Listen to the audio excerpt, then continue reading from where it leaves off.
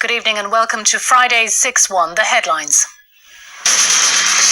Kamala Harris accepts the Democratic presidential nomination in Chicago and says, unlike Donald Trump, she will work for all American people. And together, let us write the next great chapter in the most extraordinary story. 61,000 students received their Leaving Cert results as Minister for Education says COVID grade inflation will be reduced from 2026. And the funeral of journalist, author and activist Nell McCafferty takes place in Derry. Mourners hear how she fought for justice and freedom.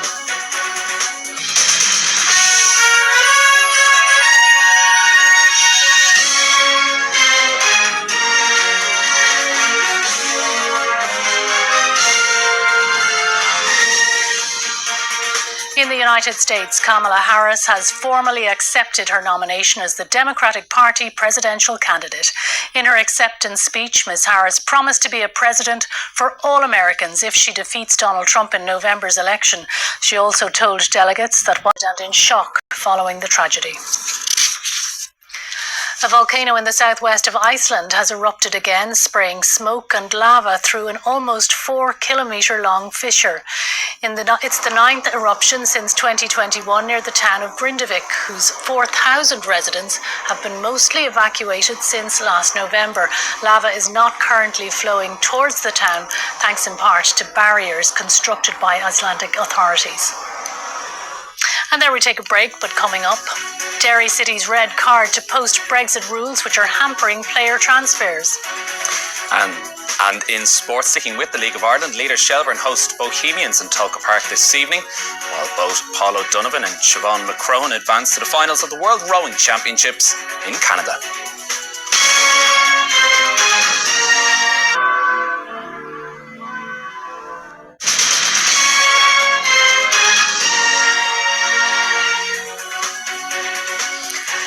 You're welcome back. A number of people have been rescued from the sea after getting into difficulty off Inch Beach in County Cork this afternoon. The alarm was raised at around 3 o'clock. 4 people were rescued by members of the public, while 1 individual was brought from the water after coastguards from nearby Galeen and Crosshaven were alerted. A Derry City Football Club says the post-Brexit transfer system has created difficulties in signing non-British and non-Irish players and are calling for the transfer process to be streamlined. The club is in the unique position of operating in the League of Ireland while having to adhere to UK Home Office immigration rules. Former Liverpool player Andre Wisdom was unveiled as Derry City's newest signing this week. The club, who are second in the League of Ireland, have not signed a player outside of the UK and Ireland since February 2019 because of restrictive post-Brexit transfer rules. We're obviously restricted on the areas that we can target. It's mainly Irish, British-based players, but we're not complaining about it. That's what it is. We have people in the background working extremely hard and seeing as there are ways around it. Hopefully we can find some resolution. Derry City must obtain a permit from the UK Home Office for international players. A permit is awarded on a GBE points system. Players are assessed on international appearances, domestic minutes, continental minutes, final league position, continental progression and league quality. It's probably aimed towards real top end players to really get through that process. So if it becomes more streamlined for us, then obviously the better that can be for us, the better that can be for the league.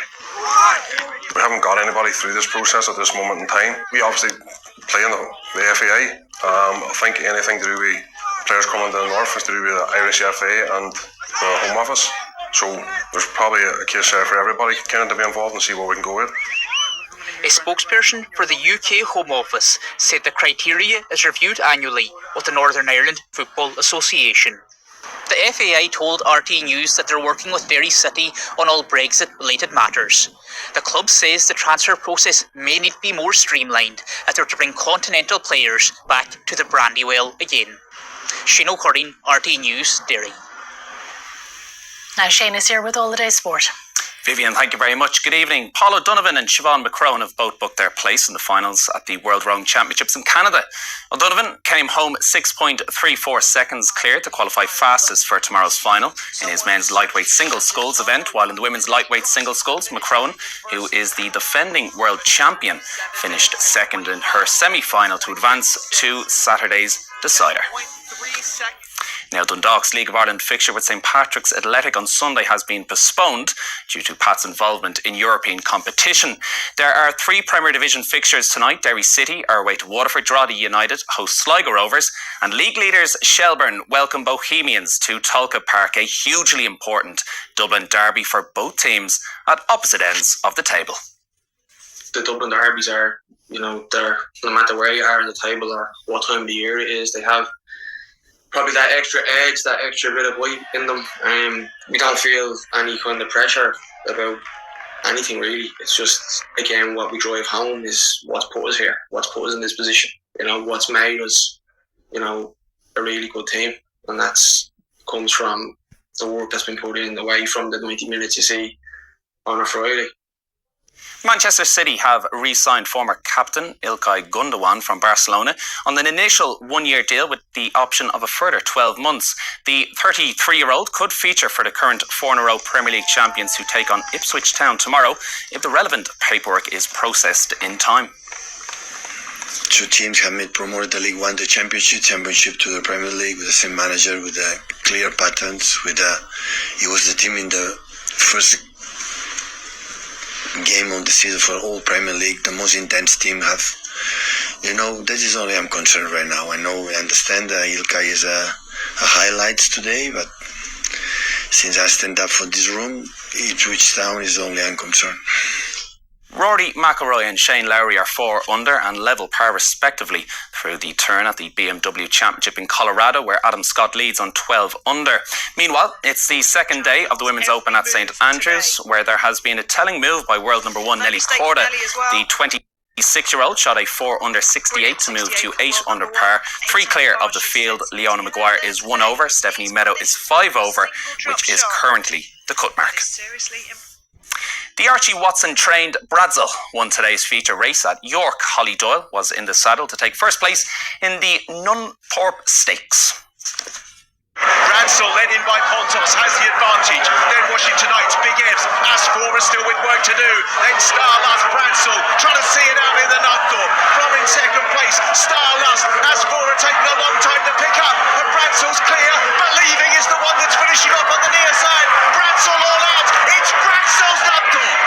Bradzel beat Believing. Back in third place was Starlust. Wout van Aert has won stage 7 of the Vuelta a España. The Belgian rider took the bunch sprint at the end of the 179-kilometre stage into Cordoba. Australia's Ben O'Connor leads the race overall by 4 minutes 45 seconds. Ireland's Eddie Dunbar is 26th and Darren Rafferty is a little bit further down in 104th place. Now, Crossmaglen Rangers player Caelan Finnegan has passed away at the age of 20. In August 2023, Caelan was diagnosed with an aggressive form of brain cancer. He represented Armagh at all underage grades. And that is all your sport for now. So it's back to you, Vivian. Shane, thank you.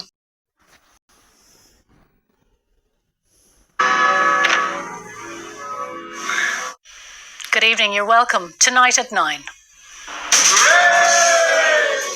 Leaving Cert results for 61,000 students boosted by 7.5%. COVID grade inflation to be reduced from next year.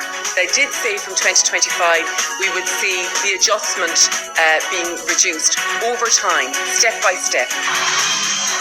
Donald Trump gets potential boost as Robert Kennedy suspends his campaign for the presidency after Kamala Harris formally accepts the Democrats' nomination. Gardaí say investment fraud has reached a staggering amount so far this year. And huge crowds turn out to mourn the journalist and activist Nell McCafferty at her funeral in Derry.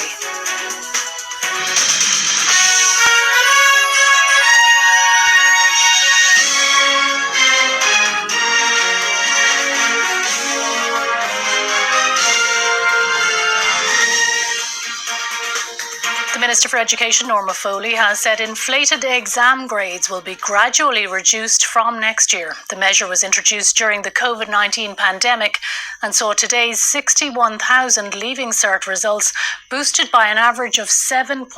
Polio vaccinations in Gaza as a 10-month-old baby is paralysed by the disease.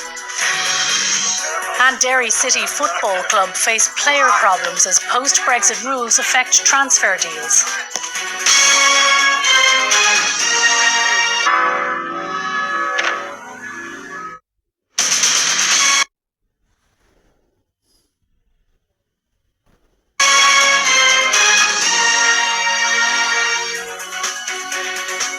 You're welcome back. UN agencies have appealed for the urgent vaccination of babies in Gaza after a 10-month-old baby was paralysed by polio in the first case in the territory in 25 years. The World Health Organization says plans to carry out a vaccination campaign in the war-torn enclave face huge challenges. UN agencies have called for Israel and Hamas to agree to a 7-day humanitarian pause in their 10-month-old war to allow for the rollout of a polio vaccination campaign. UNRWA chief Philippe Lazzarini confirmed in a social media post that a 10-month-old baby is now paralysed following the confirmation of the first case of polio in Gaza for 25 years, noting that the disease will not distinguish between Palestinian and Israeli children. On August 16th, Hamas supported a UN request for a pause in fighting to vaccinate children, and the Israeli military said it was coordinating with Palestinians to procure 43,000 vials of vaccine for delivery in Israel in the coming weeks for transfer to Gaza. The polio case comes as Israeli strikes continue to kill Palestinians. 4 bodies were brought to the Al-Aqsa hospital in Deir al-Balah, killed by Israeli artillery shelling near Nuseirat, according to local reporters on the scene. And in Khan Yunis, paramedics treat victims of an attack on a tented area housing displaced people in the Al-Muwazi neighbourhood, according to the Palestinian Red Crescent. Amid the chaos, an Israeli delegation has arrived in Cairo to continue ceasefire talks. The White House called the talks constructive and urged Hamas to join the negotiations.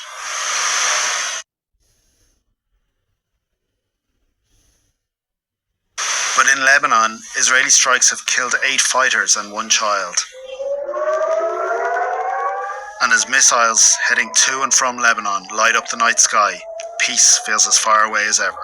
Fergal Gallagher, RTE News.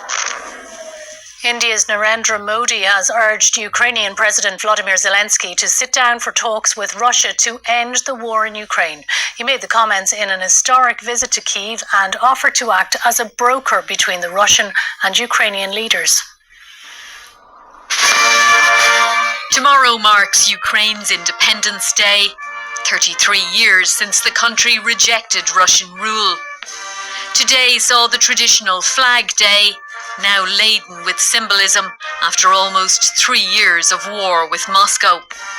With Ukrainian forces still on Russian land in the Kursk region following their incursion earlier this month, this volatile juncture in the war also saw the arrival of Indian Prime Minister Narendra Modi on a trip to Kyiv.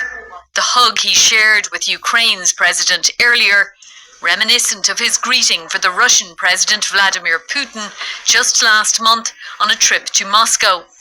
A visit which drew fierce criticism from Mr. Zelensky. Today, though, all the talk was of cooperation.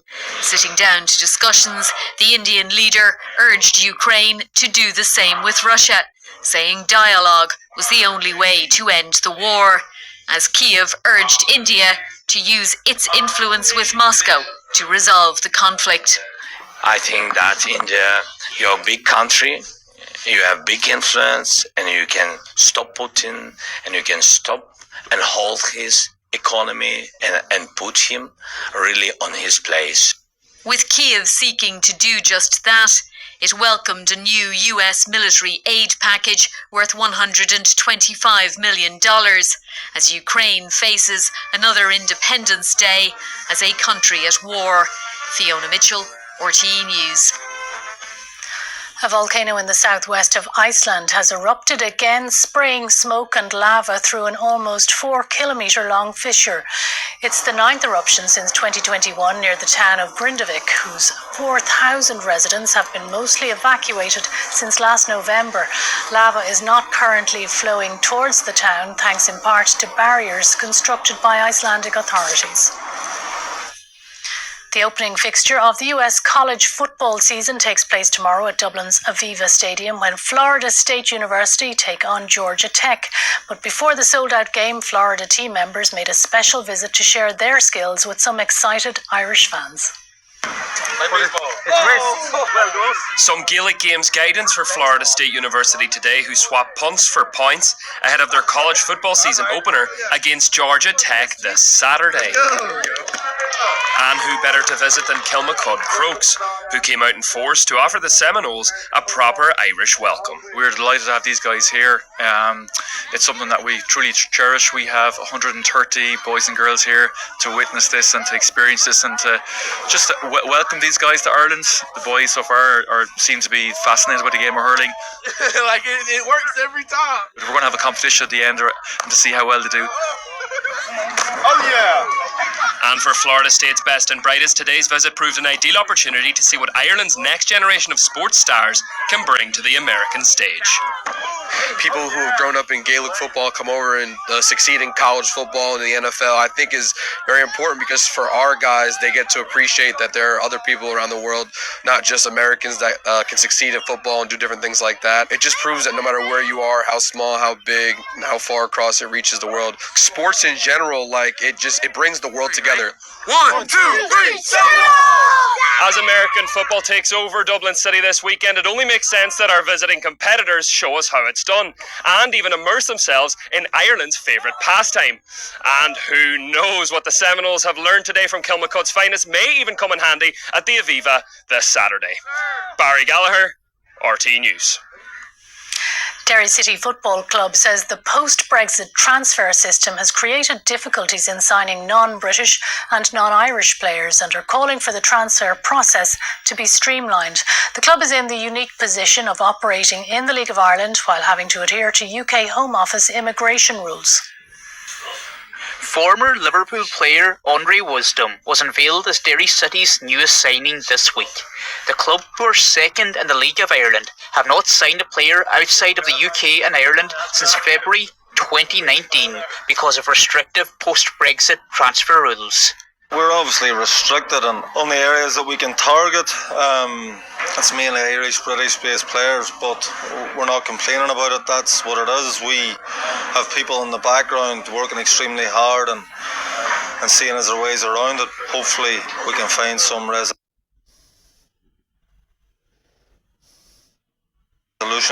Derry City must obtain a permit from the UK Home Office for international players. A permit is awarded on a GBE points system. Players are assessed on international appearances, domestic minutes, continental minutes, final league position, continental progression and league quality. It's probably aimed towards real top-end players. They really get through that process. So if it becomes more streamlined for us, then obviously the better that can be for us, the better that can be for the league. We haven't got anybody through this process at this moment in time. We obviously play in the FAI. I think anything to do with players coming to the north is to do with the Irish FA and the Home Office. So there's probably a case there for everybody kind of to be involved and see what we can go with. A spokesperson for the UK Home Office said the criteria is reviewed annually with the Northern Ireland Football Association. The FAI told RT News that they're working with Derry City on all Brexit-related matters. The club says the transfer process may need to be more streamlined as they're to bring continental players back to the Brandywell again. Shane O'Curran, RT News, Derry.